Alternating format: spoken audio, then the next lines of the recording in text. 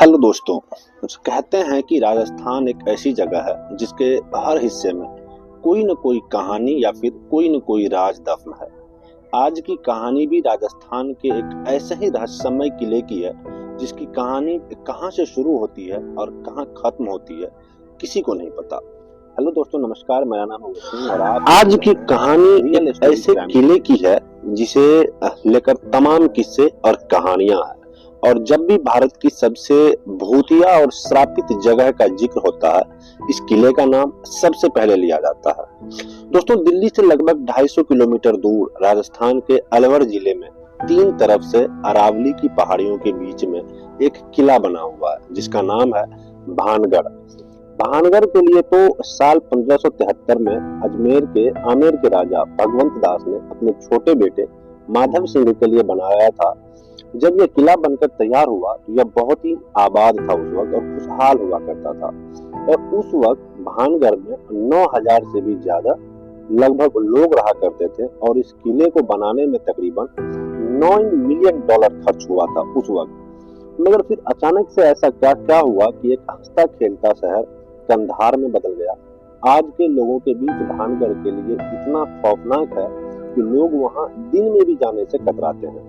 बाकायदा भारतीय पुरातत्व विभाग, जो कि इसके देख रेख की काम करती है, उसने वहां पर एक बोर्ड लगाया है। उस बोर्ड पे साफ साफ लिखवा रखा है कि सूरज निकलने से पहले और सूरज डूबने के बाद किसी भी इंसान का इस किले में जाना सख्त मना है। यानी कि आप दिन के उजाले में तो भानगढ़ के किले में जा सकते हैं, पर अंधेरा होने से पहले ही आपको वहां से बाहर आना होगा। इस किले के खंडर भूतिया होने के पीछे की वजह वैसे तो आज भी साफ साफ किसी को नहीं पता है, मगर इसको लेकर के कहानियां बहुत सारी है। और उन कहानियों में भी दो कहानियां ऐसी है जिन पर लोग सबसे ज्यादा भरोसा करते हैं, सुनते हैं और सुनाते हैं। इसमें से जो पहली कहानी है दोस्तों, वह गुरु बालूनाथ से जुड़ी हुई है। कहते हैं कि जब आमेर के राजा भगवंत दास भानगढ़ के किले को बनवा रहे थे, तो वहीं कुछ दूरी पर गुरु बालूनाथ नाम का एक तपस्या व्यक्ति था जो कि तपस्या किया करता था। जब उन्हें पता चला कि आमेर के राजा यहाँ पर एक भव्य किला बनवा रहे हैं, तब उन्होंने राजा भगवंत दास के पास एक पैगाम भिजवाया और उन्हें अपने पास बुलवाया। उसके बाद जब राजा भगवंत दास गुरु बालूनाथ के पास पहुंचे तो उन्होंने राजा से कहा कि आप इस किले को बनवा रहे हैं, उससे मुझे कोई आपत्ति नहीं है, मगर एक बात का ध्यान रखना कि इस किले की ऊंचाई इतनी मत कर देना कि उनकी परछाई दिन के किसी भी वक्त जहां मैं तपस्या करता हूं वहां तक पहुंचे और मुझे छुए। उन दिनों जितने भी साधु संत और महात्मा हुआ करते थे, सभी बहुत सिद्ध हुआ करते थे और सभी का बहुत आदर किया जाता था और उनकी कही किसी भी बात को हल्के में नहीं लिया जाता था। इसीलिए राजा भगवंत दास ने भी गुरु बालूनाथ की बात को सुनने के बाद ठीक वैसा ही किया और भानगढ़ किले के किसी भी भाग की ऊंचाई इतनी नहीं की कि उनकी परछाई उस बाबा के पास तक पहुंच सके।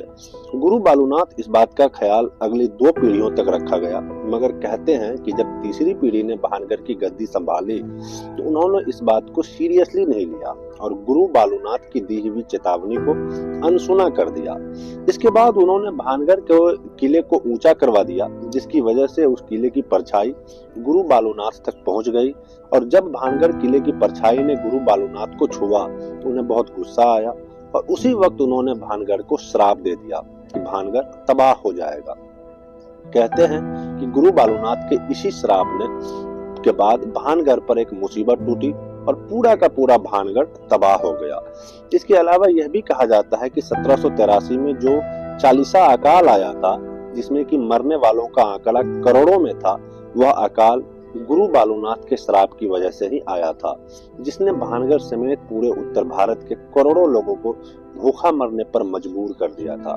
बाद में ऐसा नहीं है कि किसी और ने वहां बसने की कोशिश नहीं की, बल्कि कई लोगों ने भानगढ़ में बसना चाहा, कई लोगों ने वहां नए मकान बनवाने की कोशिश भी की, मगर कहते हैं कि जो भी वहां मकान बनाता उसकी इज्जत कभी नहीं टिकती, हमेशा गिर जाती। और लोगों का मानना है कि यह सब उसके श्रापित होने की वजह से ही होता है। अब दूसरी कहानी पर, जिस पर लोग बहुत ज्यादा विश्वास करते हैं, वह कहानी जुड़ी है एक राजकुमारी से। एक वक्त था जब भानगढ़ बहुत ही आबाद और खुशहाल हुआ करता था, जब किले के महल में एक राजकुमारी रहा करती थी जिसका नाम था रत्नावती राजकुमारी। रत्नावती बेहद ही खूबसूरत थी और उसकी सुंदरता के चर्चे दूर दूर तक फैले हुए थे, जिसकी वजह से आए दिन बड़े बड़े राजाओं की शादी के न्योते आते ही रहते थे। मगर इन राजाओं के अलावा एक और शख्स जो राजकुमारी रत्नावती का दीवाना था, उसका नाम था सिंधिया। सिंधिया जो है वह एक तांत्रिक था और जब से उसने राजकुमारी रत्नावती को देखा तभी से वह पूरी तरह उसके ऊपर फिदा हो गया था। अब वह किसी भी तरह राजकुमारी रत्नावती को पाना चाहता था, मगर उसे पता था कि वह सीधे तरीके से कभी भी राजकुमारी को नहीं पा सकता था, क्योंकि वहां संसार के रहने वाले एक तांत्रिक और कहां वह महलों में रहने वाली राजकुमारी। इसीलिए उसने राजकुमारी रत्नावती को हासिल करने के लिए दूसरा तरीका निकाला और जब बस सही मौके की फिराक में लग गया। एक दिन आखिरकार उसे यह मौका मिल गया और हुआ कुछ यह कि उस दिन राजकुमारी रत्नावती की एक दासी भानगढ़ के बाजार में आई। दरअसल वह राजकुमारी के लिए बालों में लगाने वाला तेल खरीदने आई थी। तांत्रिक सिंधिया को किसी ऐसे ही मौके की तलाश थी।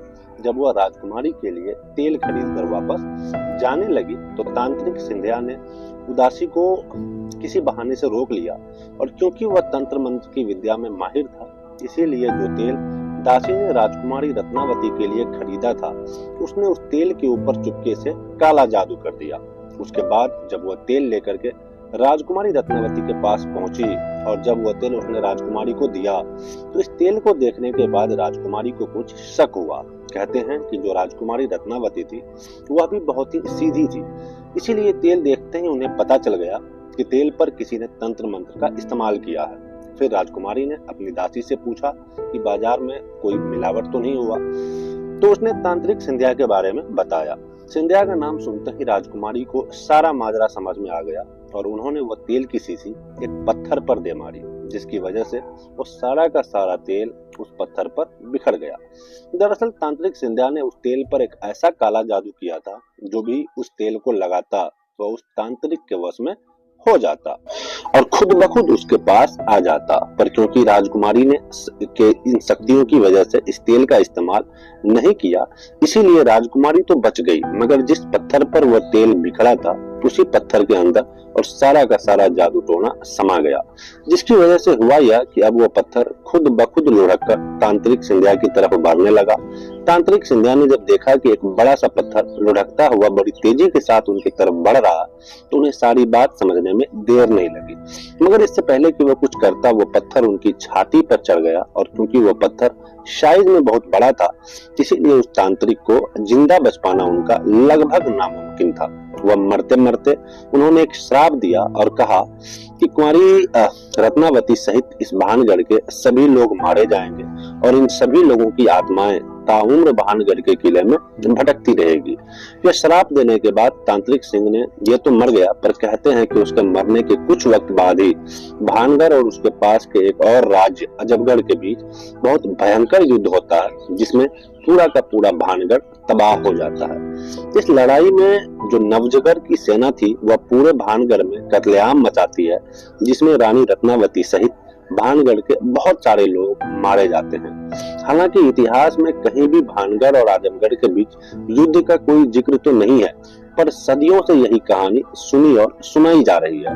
कहा जाता है कि इस युद्ध के बाद भानगढ़ का किला कभी आबाद नहीं हो पाया और न ही उसके बाद यहाँ कोई बस पाया।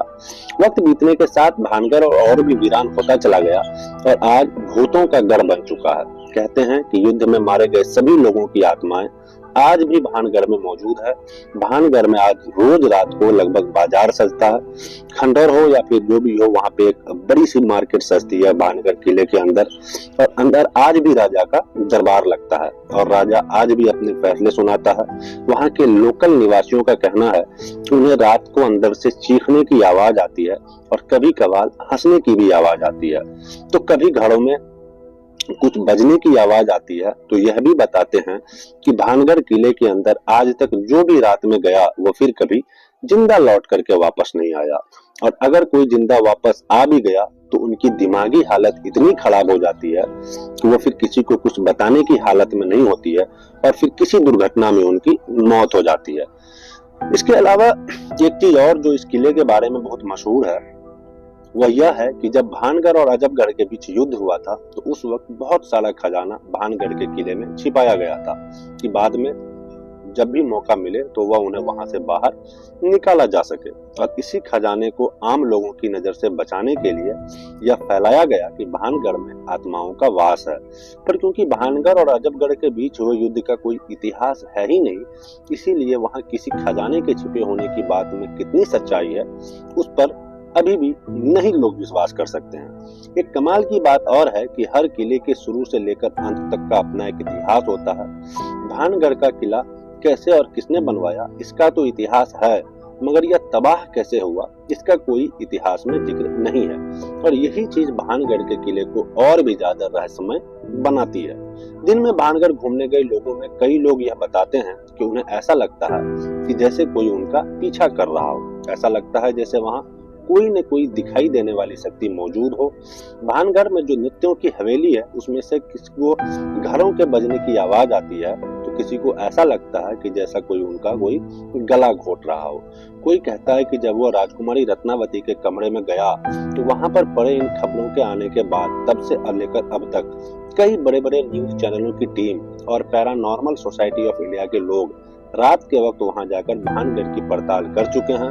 वह सभी लोग अपने साथ भूतों या आत्माओं की मौजूदगी वाले डिवाइस भी लेकर के गए थे। उनकी पड़ताल में उन्हें भानगढ़ में किले में से कई सारी चीजें तो मिली, मगर वहां किसी आत्मा का वास है यह नहीं मिला। इसका कोई भी सबूत और प्रमाण नहीं मिला। और न ही वहां कोई सजे हुए बाजार देखे गए और न ही वहां कोई राजा का दरबार देखे गए। उनके हिसाब से लोगों ने भानगढ़ के बारे में जो कुछ भी सुना है या पढ़ा है वो सिर्फ उसी वजह से लोगों को ऐसा भ्रम होता है कि वहां पर कोई मौजूद है। अलग अलग चीजें महसूस होती है या फिर सुनाई देती है। इसके अलावा भारत सरकार की तरफ से रात के वक्त में किले में एंट्री बैन करने की वजह से भी इन भूत प्रेत वाली बात को हवा मिलती है। मगर वहीं दूसरी तरफ लोग आज भी इन किस्से और कहानियों को सच मानते हैं और उनके हिसाब से भानगढ़ के किले में आज भी भूतों और आत्माओं का वास है। कुल मिलाकर के आज भी यह किसी को नहीं पता कि आखिरकार 300 साल पहले भानगढ़ में ऐसा क्या हुआ था वह ऐसा वीरान और खंडर बन गया और पूरे भारत की सबसे डरावनी और भूतिया जगह जाने जाने लगा। यह थी पूरी कहानी भूतों के गढ़ भानगढ़ की। मुझे उम्मीद है कि आपको मेरी जानकारी जरूर पसंद आई होगी। आप चाहे तो मुझे इंस्टाग्राम पर फॉलो कर सकते हैं, लिंक आपको डिस्क्रिप्शन में मिल जाएगा। अब अपनी बात आप अपने मेल आईडी पर मुझे मेल भी कर सकते हैं। मैं आपसे मिलूंगा अगली कहानी में। तब तक के लिए आप अपना ख्याल रखिएगा, आप अपने फैमिली का भी ख्याल रखिएगा। धन्यवाद।